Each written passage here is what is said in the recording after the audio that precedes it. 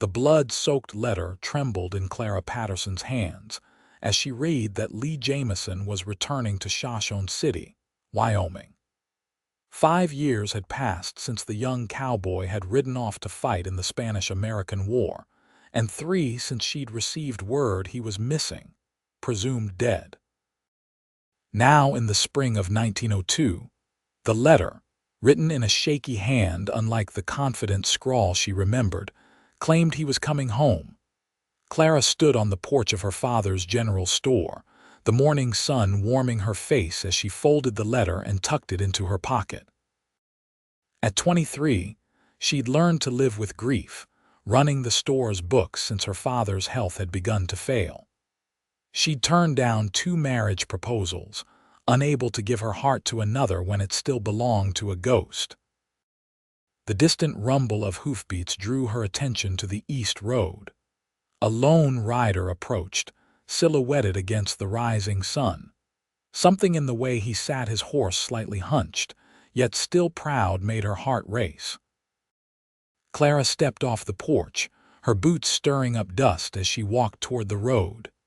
The rider slowed his mount, a fine chestnut gelding that looked too well-bred for a drifter. As he came closer, Clara could make out the wide-brimmed hat pulled low, the worn leather vest, and the holstered Colt at his hip. His face was hidden in shadow. "Miss Patterson." His voice was graveled and rough, not the smooth baritone she remembered. Clara stopped, her hand rising to her throat. "Lee, is that truly you?" He dismounted with a stiffness that spoke of pain, keeping his face averted as he secured his horse to the hitching post. When he finally turned to her, Clara couldn't stop the small gasp that escaped her lips. A jagged scar ran from his right temple down to his jaw, puckered and angry even after what must have been years of healing. Another smaller one crossed the bridge of his nose. His once smooth skin was weathered, and the laugh lines around his eyes had deepened into something harder. But his eyes, those deep brown eyes that had once looked at her with such tenderness, were the same, even if they now held shadows she couldn't begin to understand. "I know I'm not the man who left," he said quietly. "If you want me to go," Clara didn't let him finish. She closed the distance between them in 3 quick steps and threw her arms around him. He stiffened, then slowly, cautiously, his arms came around her. "You came back," she whispered into his chest. "You came back to me." Lee's arms tightened around her, and she felt a shudder pass through his body. "I should have written sooner. I thought," his voice broke, "I thought you deserved better than what came back." Clara pulled away just enough to look up at his face. Without hesitation, she reached up and gently traced the long scar on his cheek with her fingertips. Lee flinched, but didn't pull away. "These don't change who you are to me," she said. Standing on tiptoe, she pressed her lips to the scar, a gentle kiss that felt like a benediction. Lee drew in a sharp breath. "Clara, welcome home, cowboy," she said softly. The sound of the store door opening broke the moment. Clara's father, Edward Patterson, leaned heavily on his walking stick as he stared at them. "Well, I'll be damned," he said. "Lee Jamison back from the dead." Lee straightened, gently disengaging from Clara's embrace. "Mr. Patterson, good to see you, sir." Edward studied him, taking in the scars and the way Lee favored his right leg. "Where you staying, son? Thought I'd check if the boarding house has a room." Edward nodded. "You'll join us for supper tonight, 6 o'clock. It wasn't a question. "Yes, sir, thank you." After Edward went back inside, an awkward silence fell between them. 5 years stretched like an unbridgeable canyon. "Your father seems well," Lee finally said. Clara gave a small smile. "His heart's weak. Doctor says he shouldn't work anymore, but you know how stubborn he is. And you're—" "Well, I'm better now," she said simply. The unspoken truth hung between them. "Better now that you're alive." Lee nodded, then winced as he shifted his weight. Clara noticed how he leaned slightly on his left leg, the right one clearly causing him pain. Your leg was it wounded, among other things. His tone closed the subject. I should get settled at the boarding house, and you have the store to mind. 6 o'clock, she reminded him. Don't be late. A ghost of his old smile flickered across his face. I've waited 5 years to sit at your table again, Clara. I won't miss it. She watched him mount his horse with effort, the movements of a man much older than his 28 years. As he rode toward town, Clara touched her lips, still feeling the rough texture of his scarred skin. Welcome home, she whispered again. The boarding house hadn't changed much in 5 years. Mrs. Holloway, a widow in her 60s with iron-gray hair and sharp eyes that missed nothing, greeted Lee with surprise that quickly turned to motherly concern. Lee Jamison, as I live and breathe. We heard you'd been killed. Not for lack of trying, madam, Lee said, removing his hat. Do you have a room available? Her eyes traced his scars, but to her credit, she didn't comment. Room 3 upstairs. It's yours for as long as you need. The basin's got fresh water and supper's at 5 if you're joining us. Much obliged, but I'm taking supper with the Pattersons tonight. A knowing look crossed her face. I see some things haven't changed then. Lee didn't respond to that. He paid for a week in advance and carried his saddlebags up to the room. It was small but clean, with a narrow bed, a washstand, and a chair by the window that overlooked Main Street. He could see the general store from here, and if he leaned slightly, even make out the Patterson house behind it. He sat heavily on the bed, the old springs creaking under his weight. The pain in his leg had worsened during the ride into town, and now that he was alone, he allowed himself to grimace. Carefully, he rolled up his pant leg, revealing the mass of scar tissue that covered his calf and knee. The army doctor had wanted to amputate, but Lee had fought to keep the limb. Sometimes, during the cold Wyoming nights or after a long ride, he wondered if that had been the right choice. Lee washed up as best he could, changed his shirt, and tried to make himself presentable. The face in the small mirror above the washstand was still a shock, sometimes the scars, the harder set to his jaw, the gray threading through his dark hair at the temples. At 28, he looked closer to 40, and Clara had only grown more beautiful. Her honey blonde hair was still worn in that practical braid. Her blue eyes still sparked with that same determination, but there was a new maturity to her face, a quiet strength that hadn't been there before. The girl he'd left behind had become a woman who had kissed his scar as if it were something precious, not something to be hidden. Lee splashed cold water on his face. He couldn't let himself hope. Not yet. One kind gesture didn't erase 5 years of absence or the horrors he'd seen and done. Clara deserved to know the truth before she decided if he was still worthy of her affection. At precisely 6 o'clock, Lee knocked on the Pattersons' door. Clara opened it, wearing a simple blue dress that brought out her eyes. Her hair was down, falling in gentle waves past her shoulders. Right on time, she said, her smile lighting something in his chest he'd thought long dead. The Patterson home was as he remembered, modest but comfortable, with a parlor that opened onto a dining room and kitchen.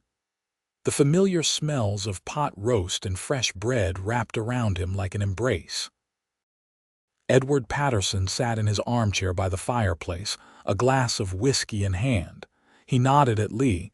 "Pour yourself a drink, son. Dinner's almost ready." Lee did as instructed, then sat in the chair opposite Edward. Town looks much the same. Some things change, some don't. Edward studied him over his glass. "Heard you were at San Juan Hill." Lee took a long sip of whiskey, welcoming the burn. "Yes, sir, with Roosevelt's Rough Riders. Must have been something charging up that hill." "It was hell," Lee said simply. "Nothing glorious about it." Edward nodded slowly. "Your father would have been proud. He was a brave man, John Jamison." He was, Lee agreed, though the mention of his father dead 10 years now brought a familiar ache. His father had never seen war, had spent his life raising horses and cattle on their small ranch outside Shoshone City. Lee had sold the property before enlisting, unable to manage it alone after his father's death. Now he wondered if that had been a mistake. Clara called them to dinner, and the conversation shifted to safer topics: the new railroad spur being built 10 miles south, the spring cattle prices, the wedding of the mayor's daughter last month. Lee listened more than spoke, savoring the normalcy of it all. After dinner, Edward retired early, leaving Lee and Clara alone in the parlor. An oil lamp cast a warm glow over the room, softening the edges of everything, including Lee's scars. "Your cooking hasn't suffered in my absence," Lee said. Attempting levity, Clara smiled. "Mrs. Holloway taught me some new recipes. She said a woman my age should know how to run a proper household. Mrs. Holloway always did have strong opinions. She's not wrong." Clara's gaze was steady. "I've had offers, Lee, men who wanted to give me that household." The whiskey turned sour in his stomach. "I understand. 5 years is a long time to wait for a ghost. I turned them down." The words hung in the air between them, full of meaning Lee wasn't sure he deserved. "Why?" he finally asked. "Because they weren't you." Clara moved to sit beside him on the small sofa. "I mourned you, Lee. For 3 years I wore black and visited your empty grave every Sunday with flowers, but I never stopped loving you." Lee's throat tightened. "Clara, I'm not the same man who left. The things I saw, the things I did." "None of us are the same." She took his hand. "War changes everyone it touches, even those of us who stayed behind. My scars aren't just on the outside." His voice was barely above a whisper. Clara's free hand reached up to touch his face, her fingers tracing the jagged line from temple to jaw. "Then I'll kiss those too in time." Lee closed his eyes, overwhelmed by her touch, by her acceptance. When he opened them again, Clara's face was closer, her eyes asking a question. Slowly, giving her time to pull away, he leaned forward and pressed his lips to hers. The kiss was gentle at first, hesitant, both of them relearning each other. Then Clara's arms went around his neck, and Lee pulled her closer, 5 years of longing pouring into the connection between them. When they finally broke apart, both breathless, Lee rested his forehead against hers. "I don't have much to offer you. No ranch, not much savings. Just a broken cowboy trying to find his way home." "You found your way home today," Clara said. "The rest we'll figure out together." For the first time since he'd ridden into the nightmare of war, Lee Jamison felt hope unfurl in his chest. It was fragile, this new beginning, as delicate as the wildflowers that would soon carpet the Wyoming plains. But with Clara's hand in his, it felt possible. The next morning, Lee woke before dawn, his body still attuned to military schedules. For a disorienting moment, he didn't know where he was. The small boarding house room too quiet compared to the barracks or field hospitals he'd grown accustomed to. Then reality settled in. Shoshone City. Home. "Clara." His leg throbbed as he swung it over the side of the bed. The army doctor had warned him the pain might never fully disappear, especially in cold weather or after physical exertion. Lee had learned to live with it, just as he'd learned to live with the nightmares that still plagued him. After washing and dressing, he made his way downstairs. Mrs. Holloway was already in the kitchen, kneading dough for the day's bread. "Coffee's hot," she said without looking up. "Help yourself." Lee poured a cup, savoring the rich aroma. Any work to be had around town these days? Always work for those willing to do it. She punched down the dough with surprising force. "Livery stables looking for help. Mr. Harrison's getting too old to manage it alone, and I heard the Miller Ranch is hiring hands for the spring roundup." Lee nodded his thanks. The livery stable might be a good place to start. Working with horses had always brought him peace, and it would be easier on his leg than the punishing work of a cattle drive. After breakfast, he walked down Main Street, taking in the changes 5 years had brought. A new bank had been built on the corner, its brick facade more imposing than the wooden structures surrounding it. The saloon had a fresh coat of paint, and a photographer's studio now occupied what had once been the gunsmith shop. Progress, even in a small town like Shoshone City. The livery stable was on the edge of town, a large, weathered building with a corral behind it. As Lee approached, the smell of hay, leather, and horses wrapped around him like a familiar blanket. An old man was brushing down a bay mare in the corral, his movements slow but methodical. "Morning," Lee called. "You Mr. Harrison?" The man looked up, squinting against the morning sun. "That's me. What can I do for you, mister? Name's Lee Jamison. Heard you might be looking for help." Harrison straightened, wincing as his back protested. "Jamison, John Jamison's boy." "Thought you died in that war." "Not quite." Lee stepped closer, extending his hand. "Been away a while, but I'm looking to settle back in Shoshone City." Harrison shook his hand, his grip still strong despite his age. "Good with horses, as I recall." "Yes, sir. Grew up raising them with my father." Harrison nodded, his shrewd eyes taking in Lee's scars and the slight favoring of his right leg. "Could use the help, especially with the spring travelers coming through. Job's yours if you want it. Pay ain't much, but there's a room in the loft if you need it." "I appreciate the offer, but I've got a room at the boarding house for now." Lee didn't add that he wasn't ready to live above the stables, surrounded by the sounds and smells that might trigger memories of battlefields and army camps. "Suit yourself." "Can you start today?" "Yes, sir." "Right now if you need." And just like that, Lee Jamison had a job. The work was familiar enough, caring for the horses, cleaning stalls, repairing tack, helping travelers who needed to board their animals while in town. His leg ached by midday, but the pain was almost welcome, a reminder that he was doing honest work again. During his lunch break, Lee walked to the general store. Clara was behind the counter, her hair neatly braided again, helping Mrs. Weber select fabric for a new dress. She looked up when the bell above the door jingled, and the smile that spread across her face made Lee's heart skip. "Mr. Jamison," she said, her tone professional but her eyes warm.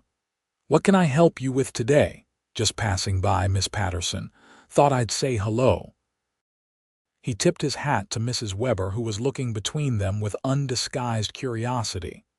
"Well, hello then." Clara's cheeks had a pretty flush to them. "Will we see you for dinner again tonight, if the invitation stands?" "It does." Mrs. Weber cleared her throat. "Clara, dear, I'll take 5 yards of this blue calico, and perhaps you could introduce me to your friend." Clara made the introductions, explaining that Lee had recently returned to Shoshone City after serving in the war. Mrs. Weber's eyes widened slightly at the mention of the Rough Riders. "My late husband's nephew fought at San Juan Hill," she said. "Thomas Weber.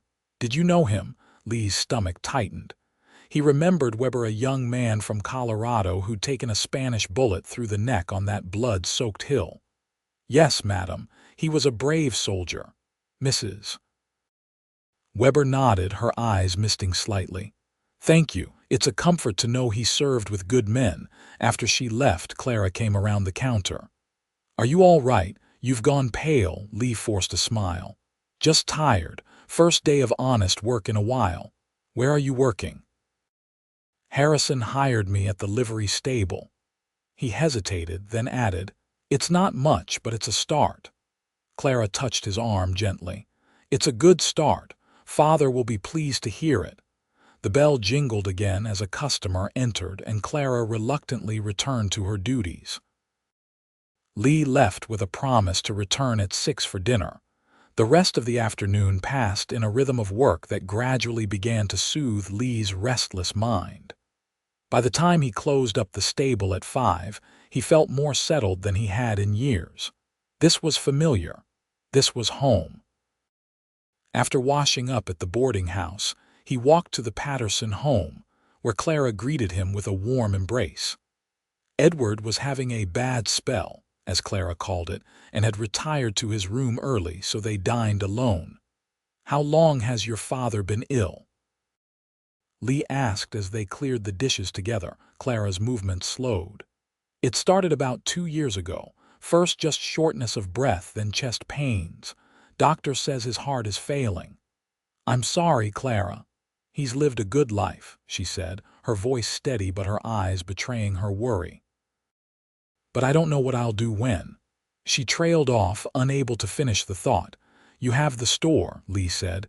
"You've been running it well from what I can see." "Yes, but it's a lot for one person." She set down the dish she was drying. "That's partly why there were offers. Men who thought a woman couldn't manage a business alone." "They don't know you very well then," Lee said with a small smile. "You're the most capable person I've ever known." Clara's expression softened. "You always did believe in me more than anyone." Later, they sat on the porch swing, watching the stars appear one by one in the darkening sky. Clara's head rested on Lee's shoulder and his arm was around her waist. The night was cool but not cold, the promise of spring in the air. "Tell me about the war," Clara said softly. "Not the battles, you don't have to relive those. But the places you saw, what was Cuba like?" Lee was silent for a long moment, gathering his thoughts. "Beautiful," he finally said. "Green like you wouldn't believe, even in the dry season. The air smells different there, like flowers and salt, and something sweet I could never quite name. The people were kind, mostly. Caught between forces they couldn't control, just trying to survive."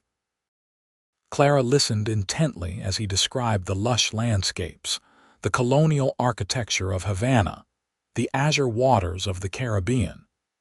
He carefully avoided the uglier truths, the disease that had killed more men than bullets, the chaos of battle, the way death smelled in the tropical heat. "And after Cuba?" she asked. "Your letter said you were missing for almost 2 years." Lee tensed.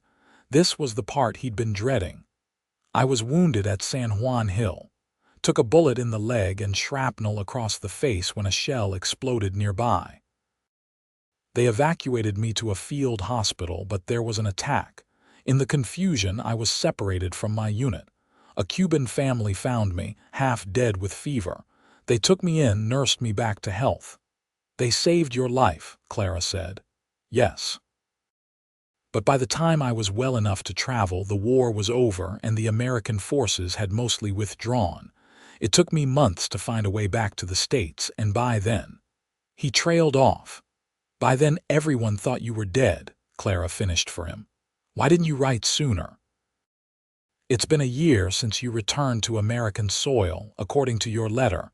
Lee shifted uncomfortably. "I wasn't right, Clara. The fever, the wounds, they took something from me. I spent 6 months in an army hospital in Virginia, learning to walk again, fighting nightmares that left me screaming. I didn't want you to see me like that." Clara turned to face him, her expression fierce in the dim light from the parlor windows. "You should have let me decide that. I know. I was wrong." Lee touched her cheek gently. "I thought I was protecting you, but I was really protecting myself. I was afraid you'd look at me the way others did, with pity or disgust. And now I'm home, and you kissed my scars like they were something sacred, not something shameful." His voice broke slightly. "I didn't deserve that kindness. Love isn't about deserving, Lee. It's about choosing every day." Clara leaned forward and pressed her lips to his scarred cheek. "And I choose you, scars and all." Lee pulled her closer, burying his face in her hair, overwhelmed by a gratitude too deep for words. They stayed like that for a long time, the porch swing creaking gently as they held each other under the vast Wyoming sky. In the weeks that followed, Lee settled into a rhythm in Shoshone City. His days were spent at the livery stable, his evenings with Clara and her father. Slowly, he reconnected with old friends and acquaintances, though some conversations were easier than others. The veterans' men who'd fought in the Spanish-American War, or even as far back as the Civil War, understood the shadows behind his eyes without explanation. Others kept a cautious distance, unsure how to interact with a man who'd seen what he had. The nightmares continued, though less frequently. On the worst nights, when sleep proved elusive, Lee would walk to the edge of town and watch the stars, reminding himself that the same sky had hung over him in Cuba, in the Army hospital, and now here at home. Some constants remained, even when everything else changed. One evening in late April, as wildflowers began to carpet the plains around Shoshone City, Lee joined Clara for a picnic by the creek that ran just outside of town. The day was warm, a gentle breeze carrying the scent of new growth and possibility. "I spoke with the bank today," Lee said as they spread a blanket under a cottonwood tree. "About a loan." Clara looked up from the basket she was unpacking. "A loan for what?" "The old Jenkins place is for sale.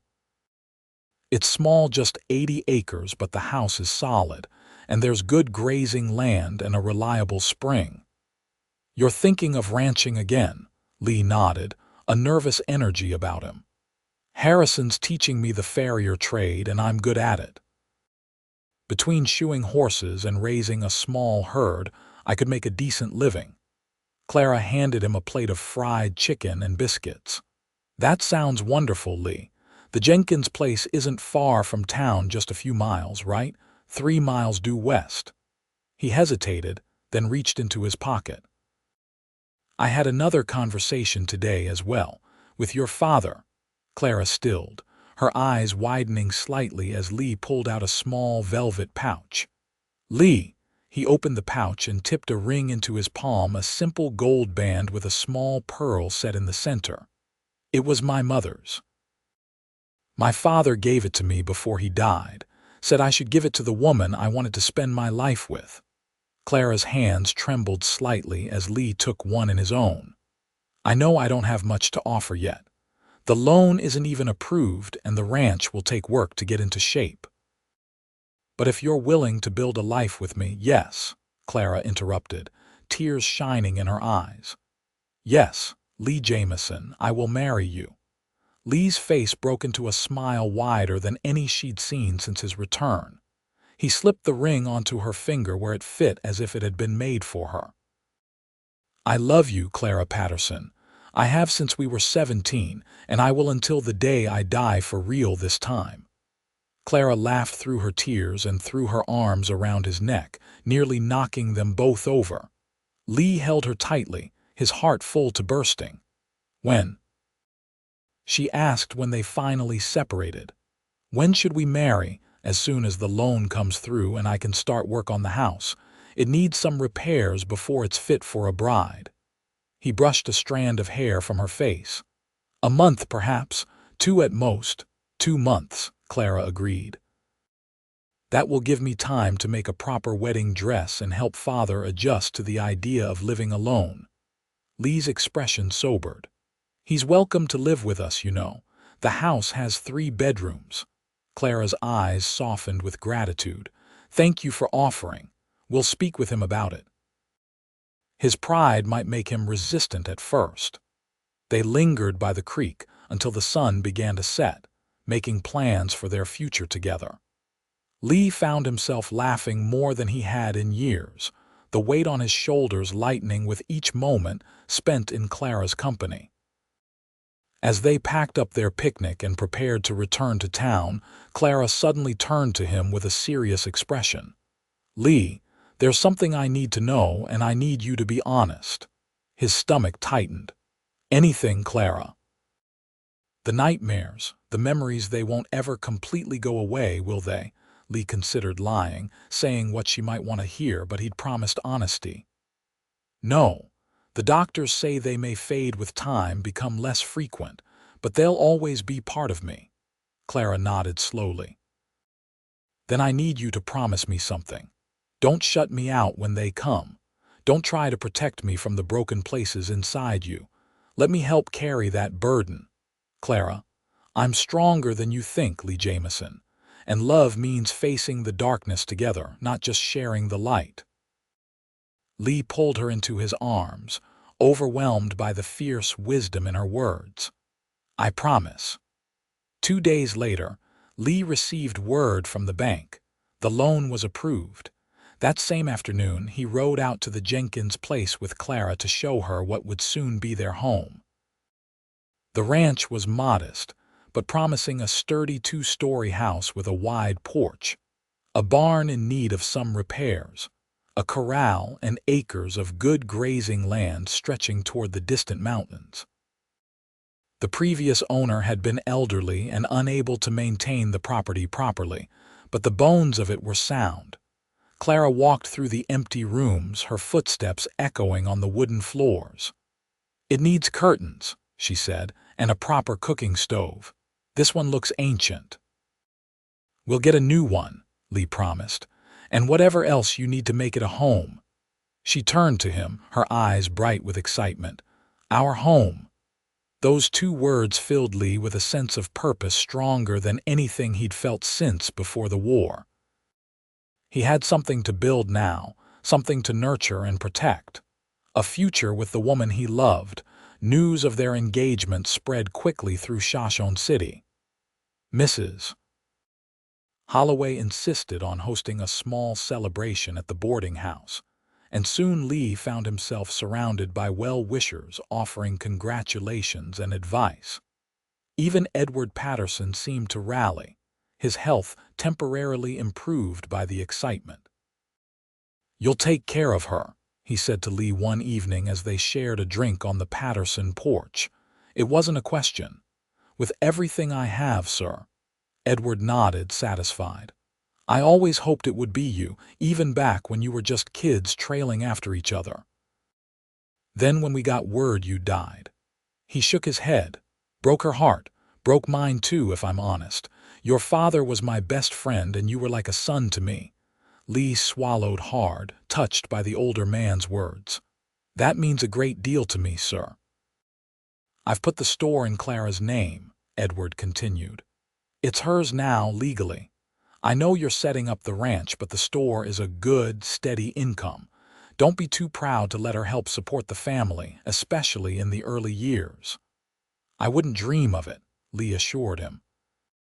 Clara's too good a businesswoman to waste those talents. Edward smiled. You always did see her clearly. That's why I know you're the right man for her, scars and all. The next weeks passed in a blur of activity. Lee divided his time between the livery stable, where he continued to work, and the Jenkins place, which he now officially owned. There were fences to mend, stalls to rebuild in the barn, and countless repairs to make the house comfortable. Clara joined him whenever she could get away from the store, rolling up her sleeves to scrub floors and paint walls. They worked well together, anticipating each other's needs, finding a rhythm in shared labor that felt like its own kind of love language. In early June, just as they'd planned, Lee and Clara were married in the small church in Shoshone City. The entire town turned out for the occasion, the church filled to capacity with friends and neighbors who had watched them grow up together. Clara wore a dress of cream-colored satin with lace at the collar and cuffs, her honey blonde hair adorned with wildflowers instead of a traditional veil. When Lee saw her walking down the aisle on her father's arm, his breath caught in his throat. She was radiant, her blue eyes never leaving his face as she approached. The minister spoke of commitment through hardship, of love that endures separation and trial, words that resonated deeply with both Lee and Clara. When it came time for their vows, Lee's voice was steady. every word a promise he intended to keep until his dying breath.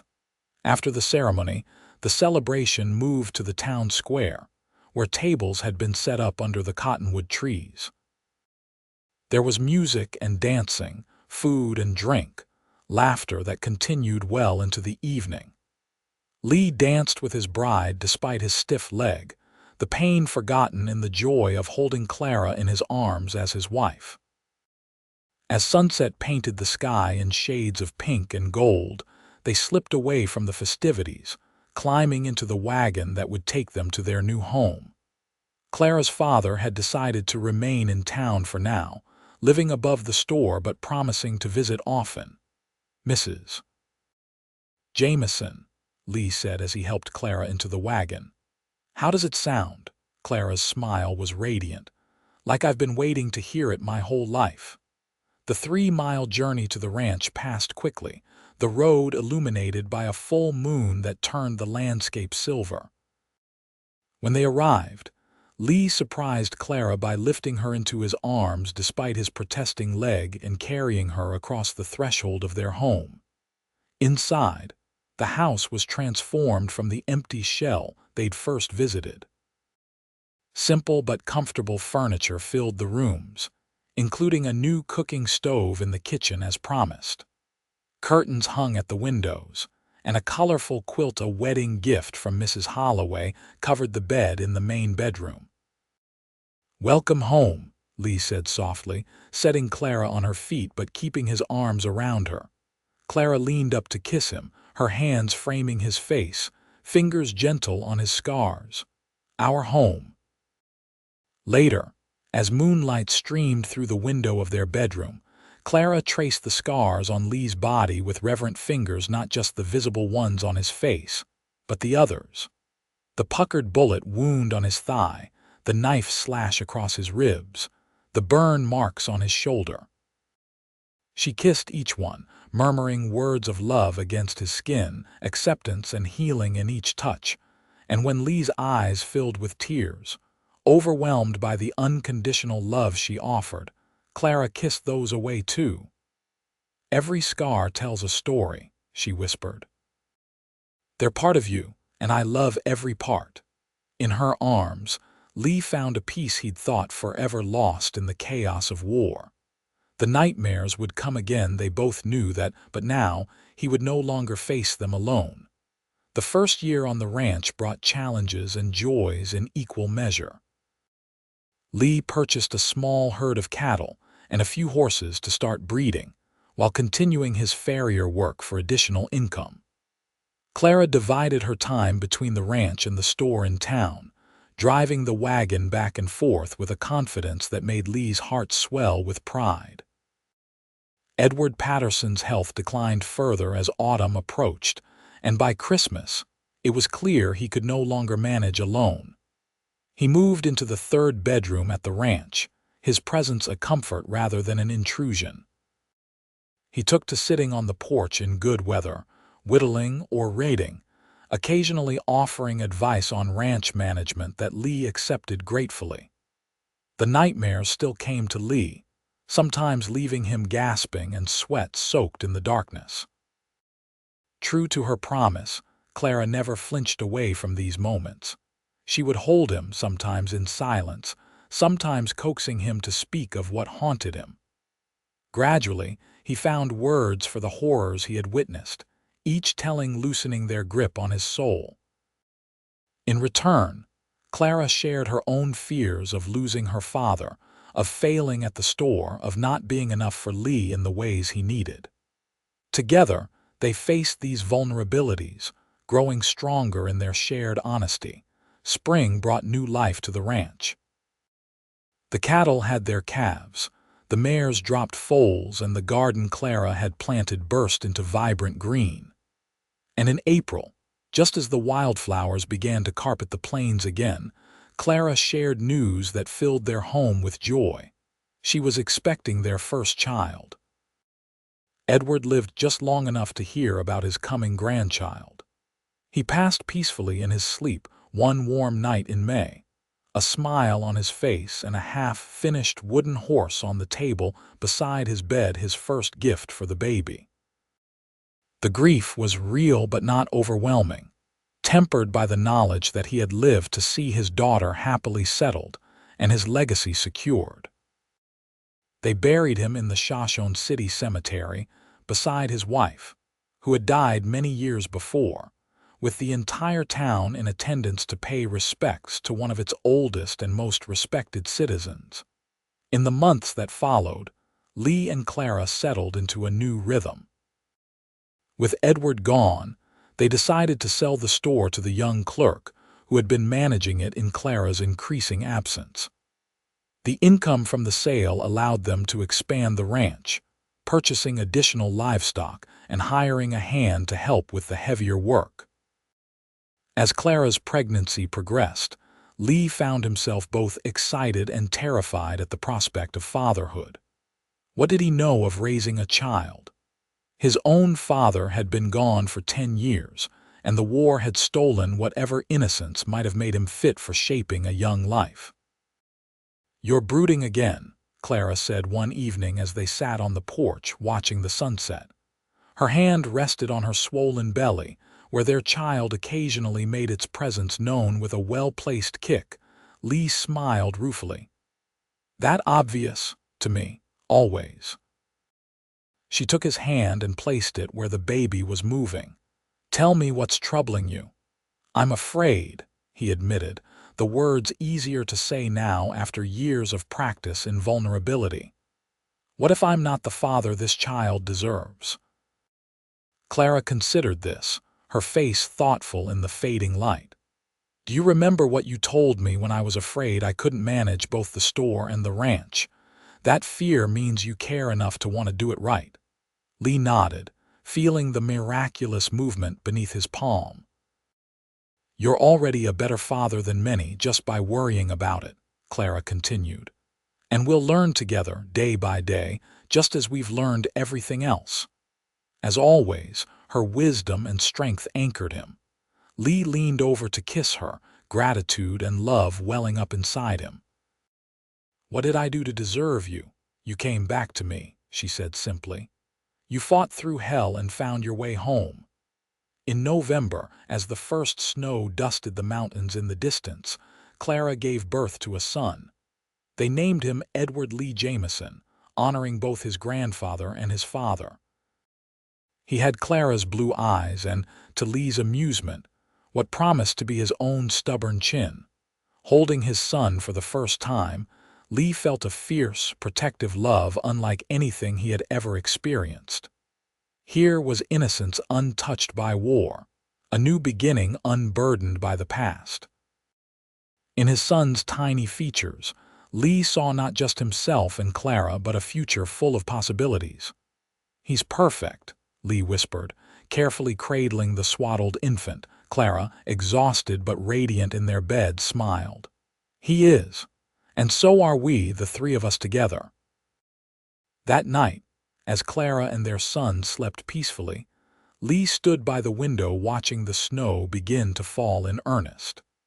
The ranch stretched out before him, now blanketed in pristine white that covered the scars of the land just as time was slowly covering his own. He thought of the long journey that had brought him here, from the naive young cowboy who'd ridden off to war, to the broken soldier who'd fought his way home, to the husband and father he was becoming. Each step had been necessary.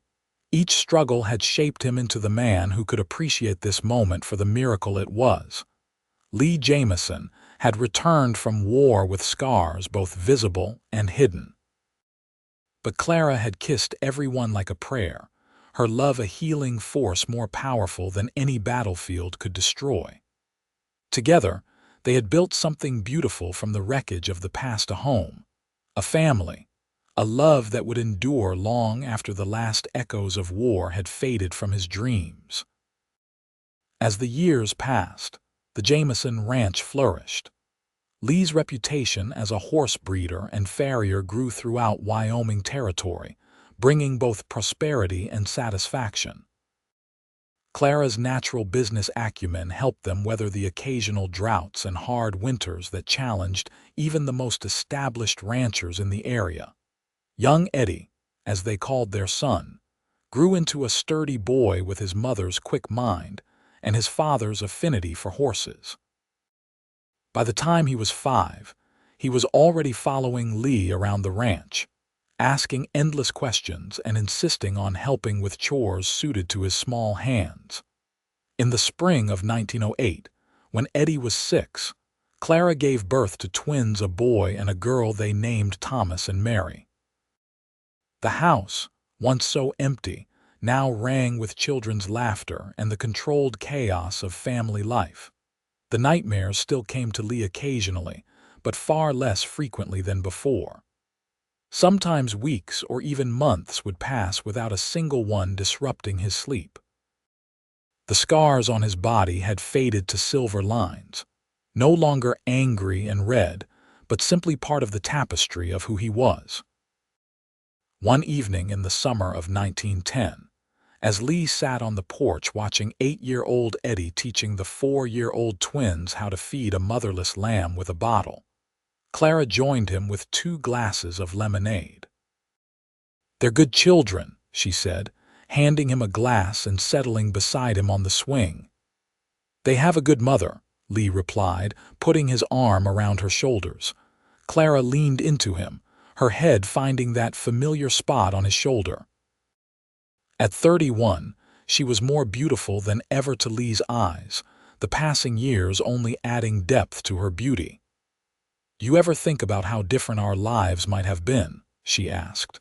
"If you hadn't gone to war or if you'd never come back?" Lee considered the question, watching his children's golden heads bent together over the lamb. "Sometimes. But then I think perhaps we needed that separation, as painful as it was, to truly understand what we had." Clara nodded against his shoulder. "I used to wonder why God would take you away only to send you back so changed. Now I think perhaps it was the only way for both of us to become who we needed to be." "And who's that?" Lee asked, genuinely curious. "People who don't take love for granted, who understand its true value." She looked up at him, her blue eyes as clear and honest as the day he'd returned. "People who know that the most sacred prayers are sometimes spoken not with words, but with gentle fingers on scars that tell a story of survival." Lee felt his throat tighten with emotion. After all these years, Clara still had the ability to see into his soul and express truths he felt, but couldn't articulate. "I love you, Mrs. Jamison," he said, his voice rough with feeling. "More today than yesterday and less than tomorrow." Clara smiled and leaned up to press her lips to the scar on his cheek, a gesture that had become so familiar over the years it was almost a ritual between them. "And I love you, my scarred cowboy. Every mark, every memory, every moment we've shared and all those yet to come." As the sun set over their ranch, painting the sky in brilliant hues of orange and purple, Lee Jamison looked at the life he and Clara had built together, the thriving ranch, the beautiful children, the deep and abiding love that had healed wounds he'd once thought permanent. The war and its horrors would always be part of him, just as the scars would always mark his skin, but they no longer defined him. Instead, they were simply threads in the complex weave of his life, a life made rich and meaningful by the woman who had waited for him, who had welcomed him home, who had kissed his scars like prayers and in doing so had made him whole again. In that moment, surrounded by the family he loved on land that had become truly his, Lee knew a peace that transcended understanding. It hadn't come easily or without cost, but it was real and lasting, a peace built on love's foundation strong enough to weather whatever storms the future might bring. And that, he reflected as Clara's hand found his in the gathering dusk, was the greatest blessing of all.